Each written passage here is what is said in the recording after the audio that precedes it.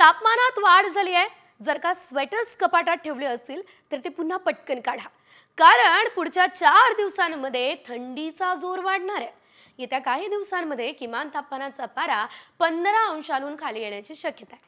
पुढच्या 24 तासांमध्ये राज्यातल्या तापमानात चढ उतारही अपेक्षित आहे।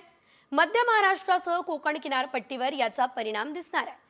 मुंबई शहर आणि उपनगर या ठिकाणी मात्र किमान तापमानात वाढ नोंदवली जाईल असा अंदाज हवामान विभागानं सध्या तरी वर्तवलाय।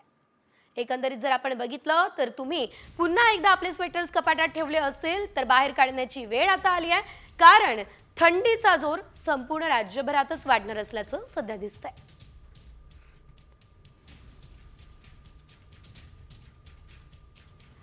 एकंदरीत थंडीचा जोर वाढणार आहे तर आपण बघितलं, मात्र दुसरीकडे आपल्याला माहिती आहे मुंबईमधली हवेची गुणवत्ता खालावत चाललेली आहे आणि त्यासाठी मुंबई महानगरपालिका ॲक्शन मोडमध्ये आलेली आहे। हवेच्या गुणवत्तेमध्ये सुधारणा केली जाते आहे। मुंबईमध्ये सुरू असलेल्या सर्व बांधकामांवर बंदी घालण्यात आली आहे। प्रदूषण कमी करण्यासाठी मुंबई महानगरपालिका ॲक्शन मोडमध्ये आहे। खराब हवा गुणवत्ता निर्देशांक समाधानकारक पातळीवरती आता आणण्यात आलेला आहे।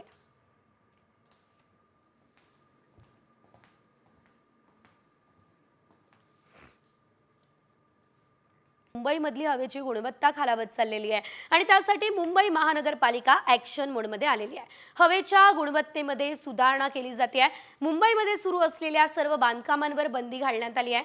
प्रदूषण कमी करण्यासाठी मुंबई महानगरपालिका ॲक्शन मोडमध्ये आहे। खराब हवा गुणवत्ता निर्देशांक समाधानकारक पातळीवरती आता आणण्यात आलेला आहे।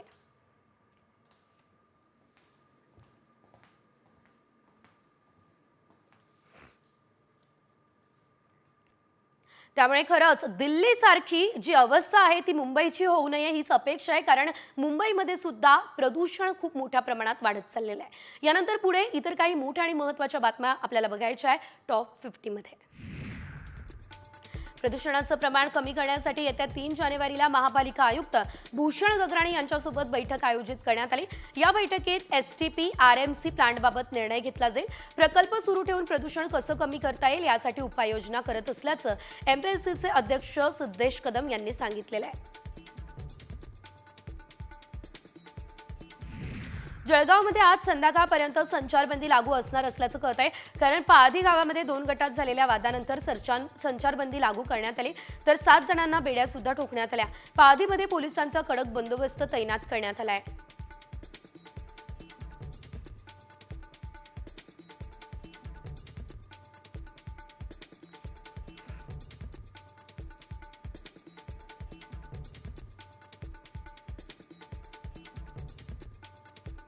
बुलढाण्याच्या मेहकर तालुक्यात कळंबेश्वर गावात महिला सरपंचाच्या प्रतिवर प्राणघातक हल्ला झालाय, तर अवैध धंदे बंद केल्याच्या रागातून 5 गावगुंडांनी हा हल्ला केला असल्याचं कळत आहे।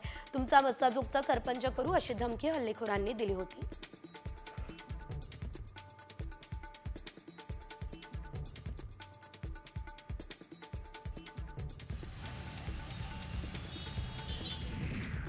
एमपीएससीची 5 जानेवारीला होणारी महाराष्ट्र गट ब सेवा संयुक्त पूर्व परीक्षा 2 फेब्रुवारीला होणार आहे। 2 फेब्रुवारीला होणारी महाराष्ट्र गट क सेवा पूर्व परीक्षा 4 मेला होईल। वयोमर्यादेमुळे अपात्र ठरलेल्या उमेदवारांना 6 जानेवारीपर्यंत अर्ज करता येतील। एसटी महामंडळाने नवीन वर्षात उत्पन्न वाढीसाठी नवीन उपक्रम हाती घेतला। एसटीच्या चालक आणि वाहकांना आता प्रोत्साहन भत्ता मिळेल। 31 जानेवारीपर्यंत प्रायोगिक तत्वावर हा प्रोत्साहन भत्ता दिला जाईल। वाढीव उत्पन्न आणलं तर त्यापैकी 20% रकमेचा हा भत्ता दिला जाईल।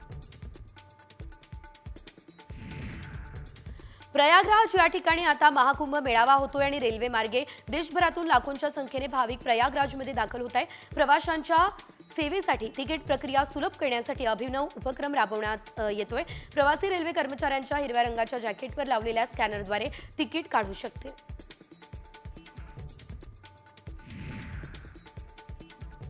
पुणे विभागातल्या म्हाडाच्या घरासाठी अर्ज करण्याची मुदत संपली। 6240 घरांसाठी जवळपास 94,000 जणांनी अर्ज केला। 28 जानेवारीला सोडतीचा कार्यक्रम होणार आहे, तर तब्बल 113 कोटींची अनामत रक्कमही जमा झाली आहे। म्हाडाने नवीन वर्षात 2,500 ते 3,000 घरांची लॉटरी काढण्याचं नियोजन केलं। गोरेगाव, पहाडी, अंधेरी, जुहू आणि कांदिवलीमधील घरांचा यामध्ये समावेश आहे।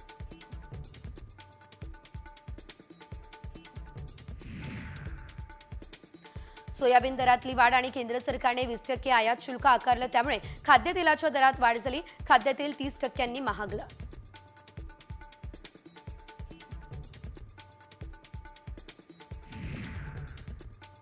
भारतीय महिलांमध्ये सोन्याची आणि दागिन्यांची मोठी क्रेज आहे, असं जागतिक सुवर्ण परिषदेच्या अहवालातून समोर आलं. भारतीय महिलांकडे एकूण 24,000 टन सोनं आहे, असं देखील या अहवालातून समोर आलेलं आहे.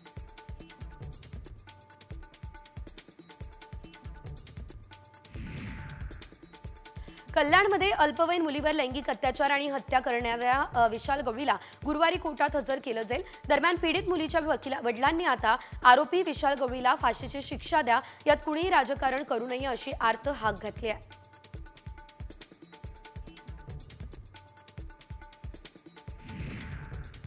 छत्रपती संभाजीनगरच्या 21 कोटी रुपयांच्या क्रीडा घोटाळ्यातील मास्टरमाइंड हर्षकुमार क्षीरसागरला दिल्लीतून अटक करण्यात आली. क्रीडा उपसंचालक कार्यालयामध्ये कंत्राटी लिपिक असलेल्या हर्षने स्वतःच्या मौजमजेसाठी तब्बल 7 कोटी रुपये उडवले, असं सुद्धा तपासात समोर आलं.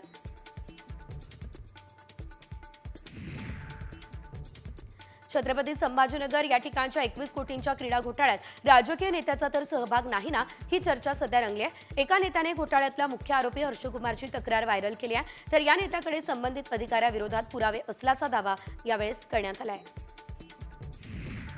बदलापूरमध्ये सातत्यानं वीज पुरवठा खंडित होतो. वीज पुरवठा खंडित होऊ नये म्हणून लाखोंचा खर्च करून भूमिगत विद्युत वाहिन्या टाकण्यात आल्या, मात्र त्याचा फायदा झाला नाही. यामुळे ही परिस्थिती अशीच राहिल्यास रस्त्यांवर उतरण्याचा इशारा बदलापूरकरांनी दिला आहे. मुंबई हल्ल्याचा मास्टरमाइंड तहव्वूर राणा याला आता भारतात आणण्याचा मार्ग मोकळा झाला. अमेरिकेच्या कोर्टात भारताचा विजय झालाय. तहव्वूर राणाला भारताच्या ताब्यात न देण्याची याचिका अमेरिकेच्या कोर्टानं फेटाळली आहे. राणा विरोधात पुरावे सादर केल्याचं कोर्टानं म्हटलंय. एसटीने जागा नसल्याच्या वादाच्या कारणातून आता प्रवासी आणि कंडक्टरमध्ये वाद झाला. या वादातून प्रवाशांनी कंडक्टरला मारहाण केली आहे. ही घटना मनमाडच्या एसटी बस स्थानकावर घडली. मारहाणीची घटना सीसीटीव्हीत कैद झाली. 5 प्रवाशांविरोधात गुन्हा सुद्धा दाखल करण्यात आला. लातूरच्या निलंगा शहरात कोयता गँगची दहशत बघायला मिळाली. मध्यरात्री शहरातल्या अनेक भागांमध्ये हातात कोयता घेऊन 5 ते 6 कारच्या काचा फोडण्यात आल्या. नागरिकांमध्ये त्यामुळे भीती आहे. यामुळे आता कोयता गँगवरती कारवाई करावी अशी मागणी नागरिक करतायत.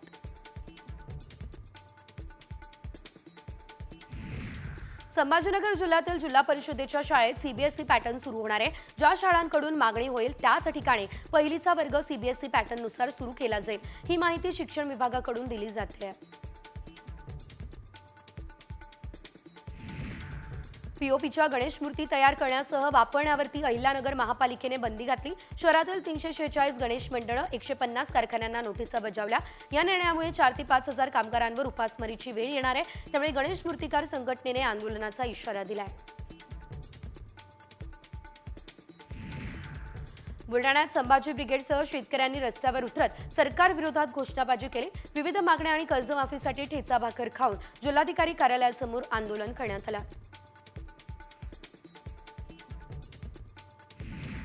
नवीन वर्षात शिर्डीतल्या साईबाबा संस्थाने नवीन उपक्रम सुरू केला. आता सामान्य दर्शन रांगेतून येणाऱ्या पहिल्या 2 भाविकांना व्हीआयपी आरतीचा मान मिळेल. दिवसभरातील माध्यान्ह आरती, धूप आरती आणि रात्रीच्या शेजारतीमध्ये भाविकांना आरती करण्याची संधी देण्याचा निर्णय हा आता घेण्यात आला.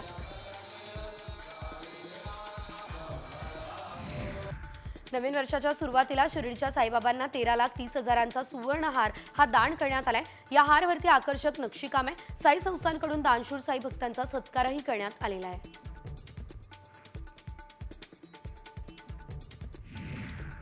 या वर्षभरात तुळजाभवानी देवीचं मंदिर मंगळवार, शुक्रवार, रविवार आणि पौर्णिमेच्या दिवशी 22 तास खुलं राहील. देवीचे चरणतीर्थ मध्यरात्री 1 वाजता होणार आहे आणि विविध सण उत्सव काळात होणारी गर्दी लक्षात घेता मंदिर संस्थाने हा निर्णय घेतलेला आहे.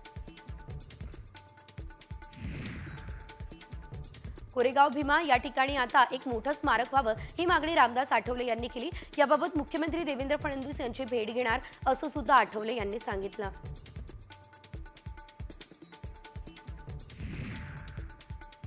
भारताचा माजी कर्णधार धोनीने आंतरराष्ट्रीय क्रिकेटमधून 4 वर्षांपूर्वी निवृत्ती घेतली आहे. या निर्णयासंदर्भात धोनीने प्रथमच वक्तव्य केलं. मला आंतरराष्ट्रीय क्रिकेटची आठवण येत नाही. सर्व गोष्टींचा विचार करूनच हा निर्णय घेतला. या वेळात मी माझ्या आवडीच्या गोष्टी करतो असंही धोनी म्हणाला. एकीकडे ऑस्ट्रेलियन मीडिया भारतीय खेळाडूंवर टीका करते असं असताना ऑस्ट्रेलियाचे पंतप्रधान मात्र भारतीय संघाचं आदरातिथ्य करताय। ऑस्ट्रेलियाचे पंतप्रधान अँथनी अल्बेनिझी यांनी आपल्या इन्स्टा अकाउंटवरून भारतीय खेळाडूंसोबतचा व्हिडिओ शेअर केला।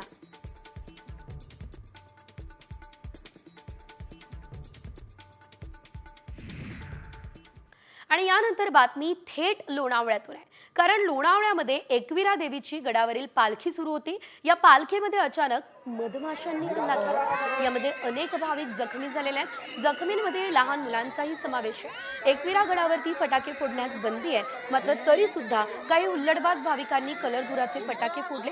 त्यामुळे बिथरलेल्या मधमाशांनी थेट भाविकांवरती हल्ला केला असल्याचं बघायला मिळालं। यामध्ये अनेकांना खरं तर इजा सुद्धा झाली असल्याचं बघायला मिळतंय।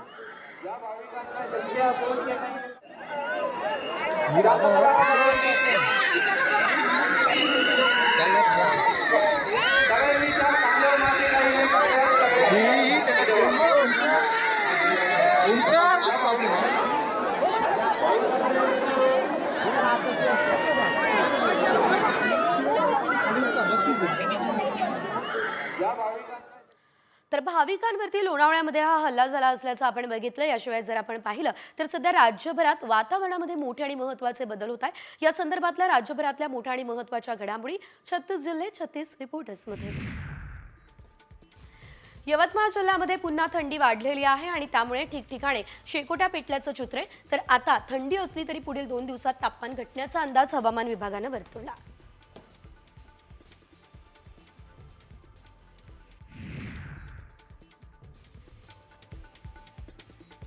बुलढाण्याच्या सिंदखेड लपाली गावात वृक्षाच्छादनासाठी मागवलेल्या 60 टन गवताला आग लागली आहे। अज्ञात व्यक्तीने ही आग लावली। ग्रामस्थांकडून त्याचा शोध सध्या घेतला जातोय।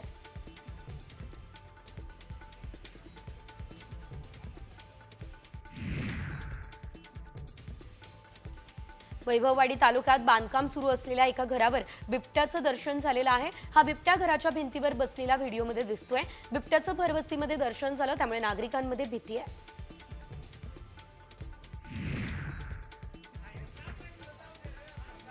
सांगलीच्या विटा या ठिकाणी फटाक्याच्या गोडाऊनला आग लागलेली आहे आणि या घटनेमध्ये 3 जण जखमी झाले असल्याचं वृत्त आहे। लाखो रुपयांचे फटाके जळून खाक झाले। आगीचं कारण मात्र अद्यापही कळू शकलेलं नाही।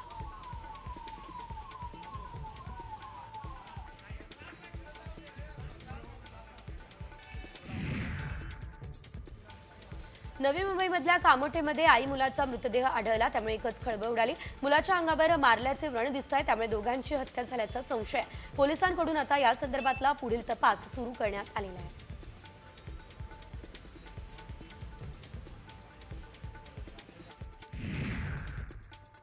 मुंबईच्या वर्सोव्यामध्ये बाईक पार्किंगच्या वादातून हाणामारी झाली। 2 तरुणांना जमावाकडून मारहाण करण्यात आली। वर्सोवा यारी रोड भागात ही घटना घडली आहे। दोन्ही गटांविरोधात वर्सोवा पोलीस ठाण्यात गुन्हा सुद्धा दाखल करण्यात आलेला आहे।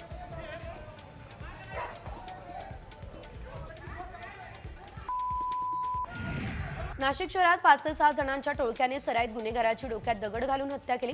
क्रांतीनगर सार्वजनिक बांधकाम भवन या परिसरातली ही घटना आहे। याबाबत पोलीस ठाण्यात गुन्हा दाखल करण्यात आला।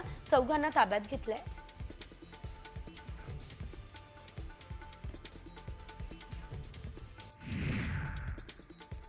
पिंपरी चिंचवड या ठिकाणी भाजीपाला विक्रीचा स्टॉल लावण्यासाठी खंडणीची मागणी करत 3घांनी वाहनांची तोडफोड केली। ही घटना आदर्शनगर मोशी या ठिकाणच्या आठवडे बाजारात घडली। पोलीस पथकानं खंडणीखोराला अटक केली आहे। 2 अल्पवयीन मुलांना ताब्यातही घेण्यात आलेलं आहे।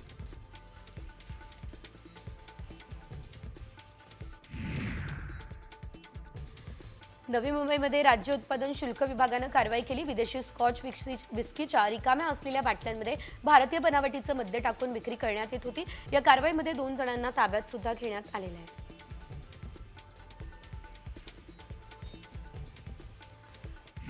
मुंबई लोकलमधून पडून तरुणाचा मृत्यू झाला। वडाळा रेल्वे स्टेशनजवळ ही घटना घडली।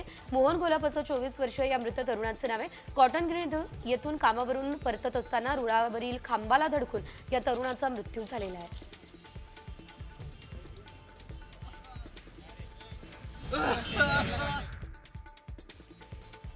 थर्टी फर्स्टचा बंदोबस्त करून घरी परतणाऱ्या एका पोलीस उपनिरीक्षकाचा कार अपघातात दुर्दैवी मृत्यू झाला। जितेंद्र गिरणार असं पोलीस उपनिरीक्षकाचं नाव आहे। जितेंद्र गिरणार हे सध्या पिंपरी चिंचवड पोलीस आयुक्तालय हद्दीतील म्हाळुंगे पोलीस स्टेशनमध्ये नेमणुकीस होते।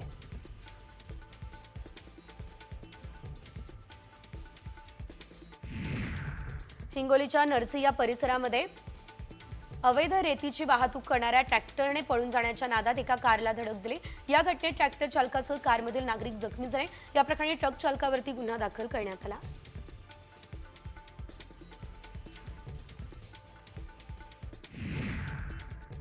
धुळ्यातल्या विविध स्टॉल धारकांविरोधात वाहतूक पोलिसांकडून कारवाई करण्यात आली। वाहतुकीस अडथळा येत असल्याने कारवाईचा बडगा आता उगारण्यात आलेला आहे।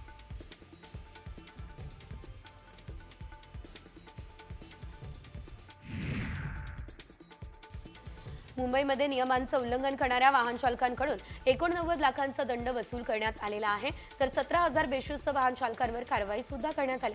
31 डिसेंबरच्या रात्री मद्यधुंद अवस्थेत गाडी चालवणाऱ्या 153 तळीरामांवर कारवाई करण्यात आली।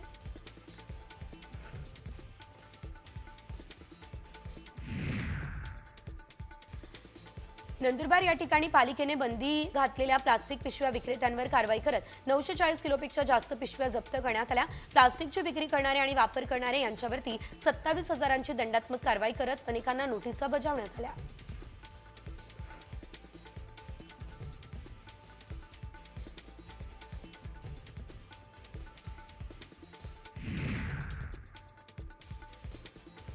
सध्या जर आपण बघितलं तर राज्यात केळीच्या दरात चढउतार होत आहे। बाजारातील केळीची आवक कमी आहे। थंडीचा केळी बागांवरती परिणाम होतोय। राज्यात केळीला सध्या 1,200 ते 1,900 रुपये प्रति क्विंटल दर मिळतोय, मात्र या दर्जेदार केळीचा सध्या तुटवडा आहे।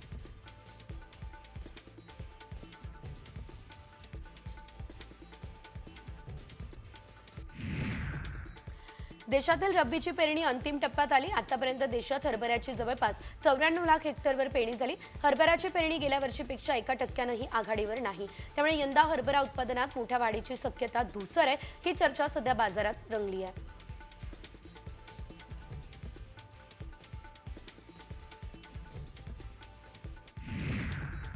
देशातील उत्पादन घटलं तरी वाढती आवक आणि कमी मागणी, त्यामुळे देशातील बाजार कापसाचे भाव दबावात आहे।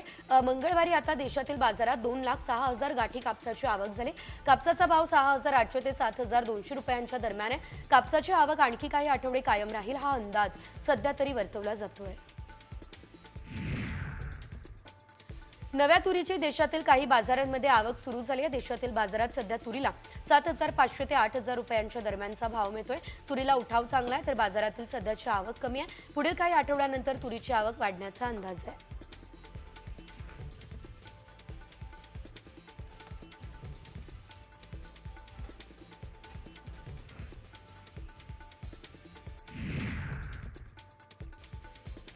केंद्रीय मंत्रिमंडळाच्या बैठकीत पंतप्रधान पीक विमा योजना आणि हवामान आधारित पीक विमा योजनेला 2025-26 पर्यंत सुरू ठेवण्यास मंजुरी देण्यात आली। यासाठी एकूण 70,515 कोटी रुपये देण्यात आले। केंद्राने नव्या वर्षाच्या सुरुवातीला मोठे गिफ्ट जाहीर केले।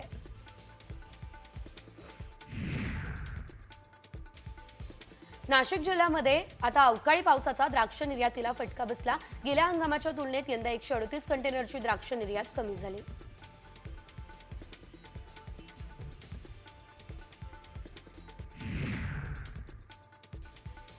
बाजारातल्या हिरव्या मिरचीची आवक कमी आहे, त्यामुळे हिरव्या मिरचीच्या भावात काहीसे चढउतार सुरू आहे। हिरव्या मिरचीला सध्या सरासरी प्रति क्विंटल 2,000 रुपयांचा भाव मिळतोय। पुढच्या काळात बाजारातील मिरची आवक काहीशी वाढू शकते असा अंदाज आहे।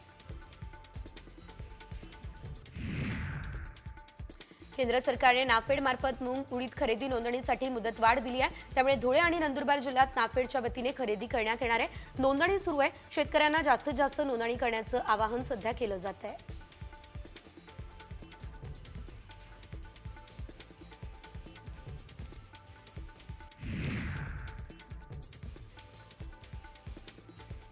गुळाची मागणी वाढली आहे। सांगलीच्या मार्केटमध्ये रोज 200 ते 300 टन गुळाची आवक होते। सध्या साखरेपेक्षा गुळाला अधिक मागणी आहे। संपूर्ण देशभरात सांगलीतून गुळाचा पुरवठा होतोय। मार्केटमध्ये गुळाची 1 ते 1.5 कोटी रुपयांची उलाढाल सध्या होताना बघायला मिळते।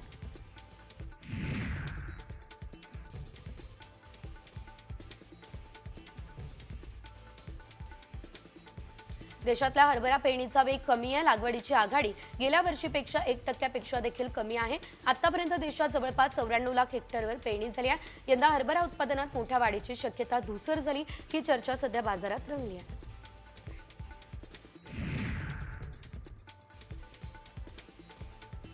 राज्य सरकारने हमीभावाने सोयाबीन खरेदीसाठी नोंदणीला 6 जानेवारीपर्यंत मुदतवाढ दिली असल्याचं बघायला मिळतंय।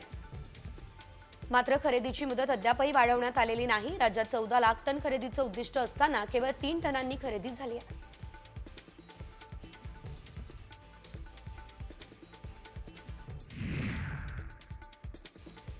ठाण्यातल्या घोडबंदर रोडवर गायीचे 5 वासरू मृत अवस्थेत आढळले। पशुवैद्यकीय विभागाकडून पुढील तपास सुरू आहे। 5 वासरू मृत अवस्थेत का आढळले याचा शोध सध्या घेतला जातोय।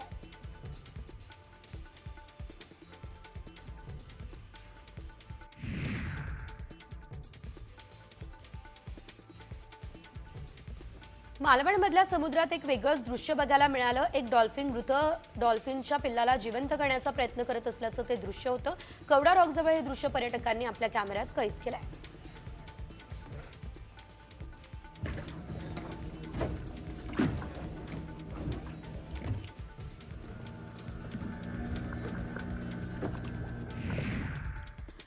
आणि आता छत्रपती संभाजीनगरमधून बघूयात एक मोठी बातमी, कारण छत्रपती संभाजीनगरच्या एका शाळेत चक्क रेडा घुसलाय। रेडा घुसल्यानं शाळेत एकच खळबळ उडाली। यावेळेस विद्यार्थी सैरावैरा धावू लागले। रेड्याच्या हल्ल्यात अनेक विद्यार्थी जखमी झाले। जेवणाची सुट्टी असल्यानं काही विद्यार्थी मैदानात होते आणि त्यामुळे मोठी दुर्घटना टळली। आता जखमी झालेल्या विद्यार्थ्यांना घाटी रुग्णालयात भरती करण्यात आलेलं आहे। रस्त्यावरील लोकांनी रेड्याला मारलं, त्यामुळे तो थेट शाळेत घुसला असल्याचं बघायला मिळालं। तर शाळेत हा थेट रेडा घुसला असल्याचं आपण या दृश्यांमध्ये पाहतोय। संभाजीनगरमध्ये भर दिवसा हा संपूर्ण प्रकार घडलेला आहे। अनेक विद्यार्थी या रेड्याच्या हल्ल्यात जखमी झाले।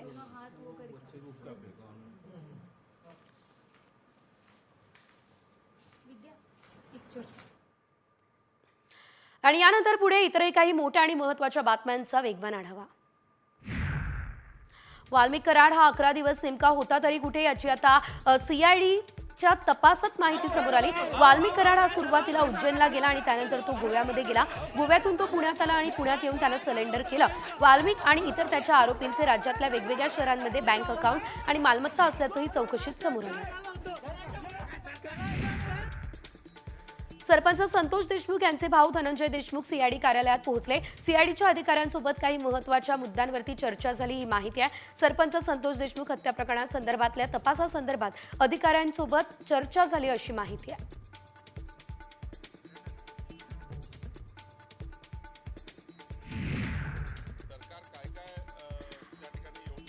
सरपंच संतोष देशमुख हत्या प्रकरणामध्ये आमदार सुरेश धस यांनी मीडियाला प्रतिक्रिया देण्यापूर्वी मुख्यमंत्री देवेंद्र फडणवीस यांच्यासोबत चर्चा केली पाहिजे असं मंत्री चंद्रशेखर बावनकुळे यांनी म्हटलं। भाजप आमदार सुरेश धस संतोष देशमुख यांची हत्या झाल्यानंतर आक्रमक झाले।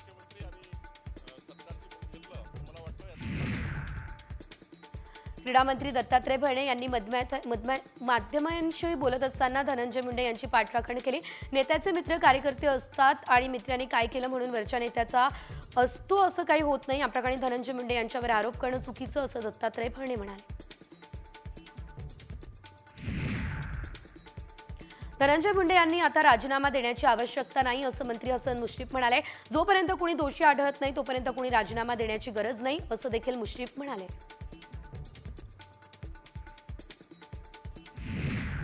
गडचिरोलीमधील ज्या भागात माओवाद्यांचं मोठ्या प्रमाणामध्ये वर्चस्व होतं, आता तिथे आपलं वर्चस्व तयार झालं असं यावेळेस मुख्यमंत्री देवेंद्र फडणवीस म्हणाले। 12 गावांनी ठराव करून माओवाद्यांना रेशन पाणी नाकारलं, त्यामुळे एक नवीन पहाट गडचिरोली जिल्ह्यामध्ये तयार झाली असं फडणवीसांनी म्हटलं।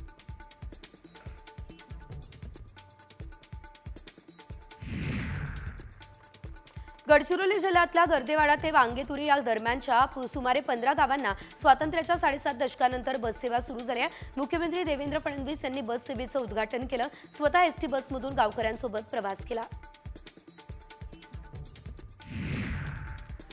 मनोज जरांगे पाटील यांनी मराठा आरक्षणाच्या लढाईसाठी एल्गार पुकारला। 25 जानेवारीपासून अंतरवाली सराटीमध्ये आमरण उपोषण करण्याची घोषणा केली। राज्यभरातील मराठा समाजानं एकत्र येऊन उपोषणाला पाठिंबा द्यावा असं आवाहन जरांगे पाटलांनी म्हटलं।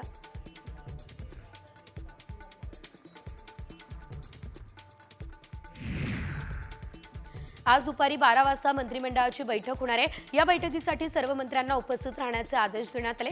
उपमुख्यमंत्री अजित पवार हे राज्याबाहेर असल्याची माहिती आहे, त्यामुळे आता ते बैठकीला उपस्थित राहणार नाही। अजून काही मंत्र्यांनी पदभार स्वीकारलेला नाही, त्यामुळे या बैठकीत काय निर्णय होतात याकडे सर्वांचं लक्ष लागलंय। शरद पवार आणि अजित पवार दोघेही एकत्र आले तर आमच्यासारखी अडचण होणार नाहीये, ही प्रतिक्रिया मंत्री नरहरी झिरवळ यांनी दिली. एकत्र येण्याबाबत शरद पवार आणि अजित पवार हे आपला काय तो निर्णय घेतील, या निर्णयात मी बोलणं योग्य नाही, असंही चंद्रशेखर बावनकुळे म्हणाले. कोकणात ठाकरे गटाला मोठा धक्का बसण्याची शक्यता आहे. माजी आमदार राजन साळवी पक्षाला रामराम करण्याच्या तयारीत आहे. निवडणुकीत आणि वरिष्ठांनी दखल न घेतल्याची भावना साळवी यांनी व्यक्त केली. साळवी 12 तारखेला भाजपमध्ये पक्षप्रवेश करणार, अशी माहिती सूत्रांनी दिली.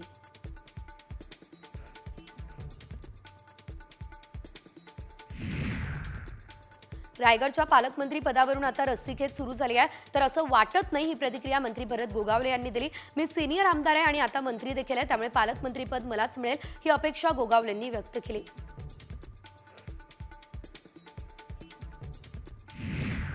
मंत्री दत्तात्रय भरणे यांनी पुणे जिल्ह्याच्या पालकमंत्री पदाबाबत मोठं भाष्य केलं. पुणे काहीही म्हणू द्या, पण पुण्याचं पालकमंत्रीपद फक्त अजित पवार हेच घेणार, असं दत्तात्रय भरणे म्हणाले. काही दिवसांपूर्वी पुण्याच्या पालकमंत्री पदाबाबत मंत्री चंद्रकांत पाटलांनी सूचक भाष्य केलेलं होतं.